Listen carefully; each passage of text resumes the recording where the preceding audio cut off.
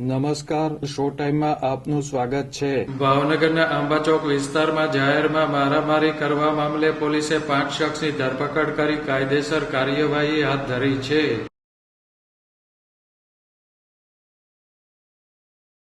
ભાવનગર શહેરના આંબાચોક વિસ્તારમાં દુકાનની સામે સ્પીકરની પેટી મૂકવા મામલે જાહેર રોડ પર મારામારીની ઘટના બની હતી। આ ઘટનાના પગલે આંબાચોક વિસ્તારમાં પોલીસ બંદોબસ્ત ગોઠવી દેવામાં આવ્યો હતો।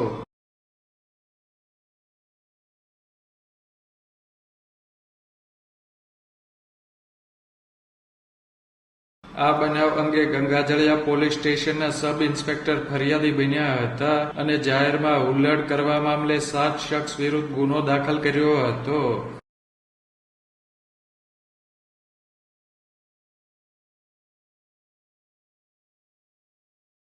ગંગાજળિયા પોલીસે 7 પૈકી 5 શખ્સની ધરપકડ કરી કાયદેસર કાર્યવાહી હાથ ધરી છે।